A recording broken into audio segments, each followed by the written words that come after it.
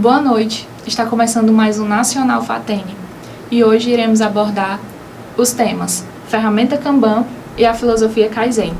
Então vamos agora falar com a repórter Lucivanda, que vai explicar um pouco mais de onde surgiu a ferramenta Kanban. É com você, Lucivanda. Boa noite, Gabriele. Então, Gabriele, a ferramenta Kanban, ela é de origem japonesa. Ela foi criada pelo engenheiro Taishi Ono, quando ele era diretor da montadora Toyota, logo após a Segunda Guerra. E durante uma visita aos Estados Unidos, para conhecer o sistema de produção da Ford, ele detectou que o sistema de produção da Ford era um sistema de produção puxada, né? Onde teria assim, muitos estoques, muito desperdício, muita necessidade de infraestrutura, de investimento em infraestrutura. E então ele viu que esse sistema não daria para o Japão pós-guerra, né? Pois eles estavam sofrendo muito com escassez de matéria-prima. Foi aí então que ele observou que os supermercados, eles recolocavam o mercado nas prateleiras à medida que elas eram vendidas. Então ele teve a grande ideia do sistema puxado. À medida que a mercadoria é vendida, o estoquista vai fazendo a reposição. E isso deu muito certo. Foi aí então que surgiu essa metodologia Kanban, que é uma metodologia ágil visual, que ela é para controle de produção e gestão de tarefas, e que ela quer dizer também cartão ou sinalização. E é isso. É com você, Gabriela. Agora vamos falar com a repórter Gabriele Neri, que vai nos explicar um pouco mais sobre a aplicação da ferramenta Kanban no seu dia a dia. É com você, Gabriele. Boa noite. Como a nossa amiga Lucivane ela explicou o conceito do Kanban, agora eu vou falar como é o Kanban na prática, certo?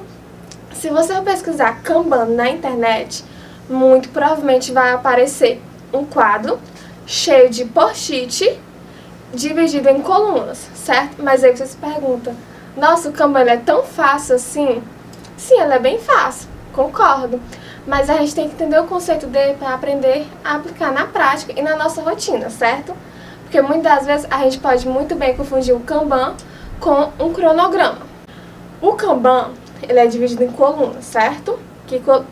Temos 3 colunas. Cada coluna dessa é uma fase de um processo. E aí, em cada coluna vai ter um post-it. Em cada post-it vai ter uma tarefa. Mas e o que vem numa tarefa? Vou dar um exemplo. Vamos supor que eu tenho uma empresa, certo? De roupas. A primeira coluna do meu Kanban vamos supor, criação, certo? Olha, criei um modelo novo, ok. Peguei um post-it, colei lá. A segunda coluna é o andamento. Então, a partir do momento em que eu pegar esse modelo que eu criei e começar a produzir, aí eu pego um post-it, coloco lá.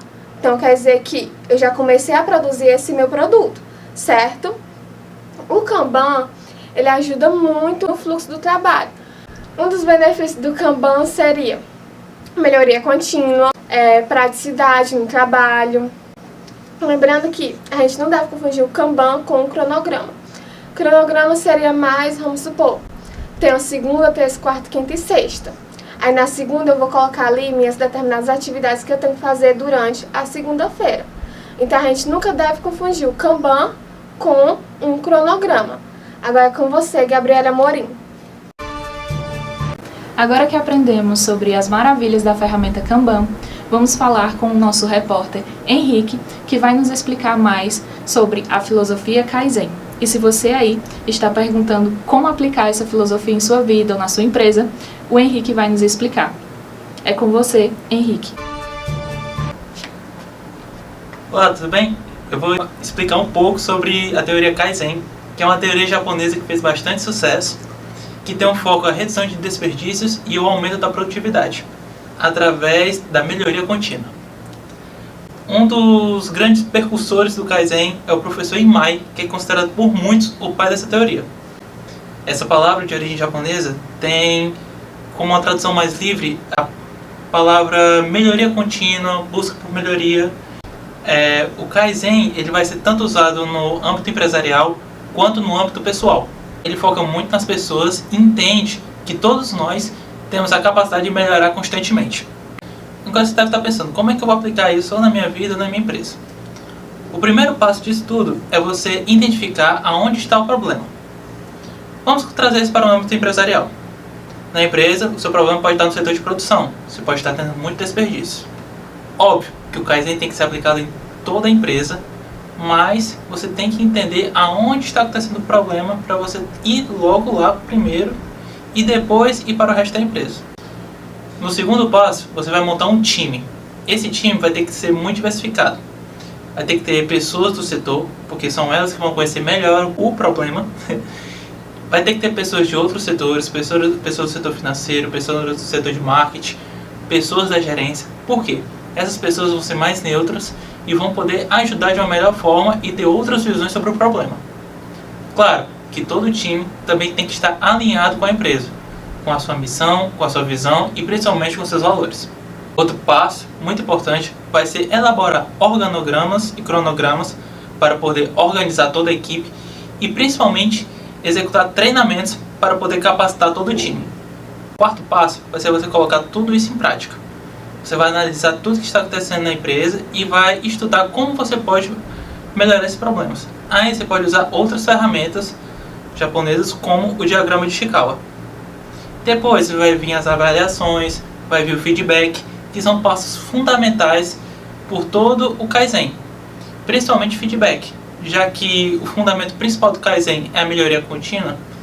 Nada mais certo do que você passar feedbacks sobre cada momento.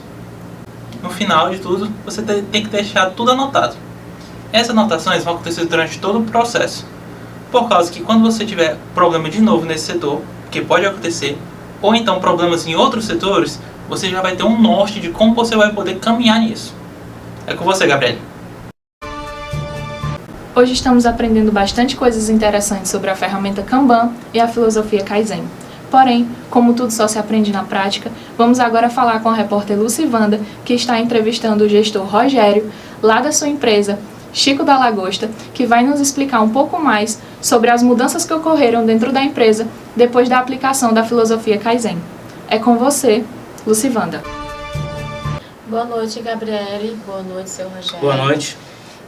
Quero saber o que o senhor notou ao aplicar o Kaizen na sua empresa. Quais as melhorias? Bom, a gente tem crescido muito, né, o Chico da Lagosta. Para melhorar o nosso atendimento, nosso trabalho com os clientes, a gente contratou uma consultoria, né, de gestão de qualidade, e a ferramenta que ela tem usado agora no início dos projetos é a ferramenta Kaizen, né, que é a melhoria contínua, né, e com a participação dos funcionários também. Então a gente tem feito reuniões com alguns departamentos, né, e tem surgido muito efeito positivo, né. A primeira parte que foi trabalhada foi a parte de atendimento, né, que aplicou o Kaizen também, que foi sugestão, fizemos uma reunião com os colaboradores e foi sugerido, né, um ponto de melhoria, né, nessa primeira etapa, a implantação de um atendimento internacional. Então a gente contratou um garçom, um bilíngue, ele fala tanto inglês quanto espanhol, então a gente atende um outro público mais especializado, né? Então interage melhor, consegue dar um melhor atendimento, e isso foi devido ao Kaizen, né? Que é a melhorando cada vez mais, né? Cada vez a gente está procurando melhorar. Outro departamento que foi impactado foi o departamento de higienização, onde tem a lavagem dos copos, né? Então a gente tinha uma perda de 45 copos diário na quebra, e foi sugerido pelo próprio colaborador uma premiação até um limite de quebra de copos, né? A gente estipulou até 10 copos de quebra tolerável, a partir, se ele diminuísse, ele recebia uma bonificação, e hoje nós estamos com uma quebra de 7 a 8 copos por dia, né? E o outro departamento que foi afetado, que impactou até na sociedade, foi o departamento de estoque, né, onde a gente tem um controle melhor dos alimentos, e a gente, para melhorar o atendimento, mais uma vez o Kaizen se fazendo presente, a gente adotou uma cesta básica com os produtos próximos ao vencimento, que a gente pega, separa, faz pequenas cestas básicas e distribui na comunidade, né, como já avisando que tem que consumir em uma semana, então a gente não tem o desperdício do alimento e acaba contribuindo com a sociedade. E só temos a agradecer a consultoria que está apresentando as ferramentas, né? E vamos para frente. É isso aí. Muito obrigada, seu Rogério. É com você, Gabriele. Agora que já aprendemos sobre as maravilhas da ferramenta Kanban aplicada dentro das organizações, você também sabe que a ferramenta Kanban é fácil e prática de você aplicar também no seu dia a dia como forma de organização. E a filosofia Kaizen, que se trata de uma filosofia de melhoria contínua, não precisa ser aplicada necessariamente somente dentro das empresas. Você também pode aplicá-la dentro da sua casa, na sua vida, no seu dia a dia, nas suas tarefas. Então, espero que vocês tenham gostado e encerro aqui mais um episódio do Nacional Fatene. Boa noite!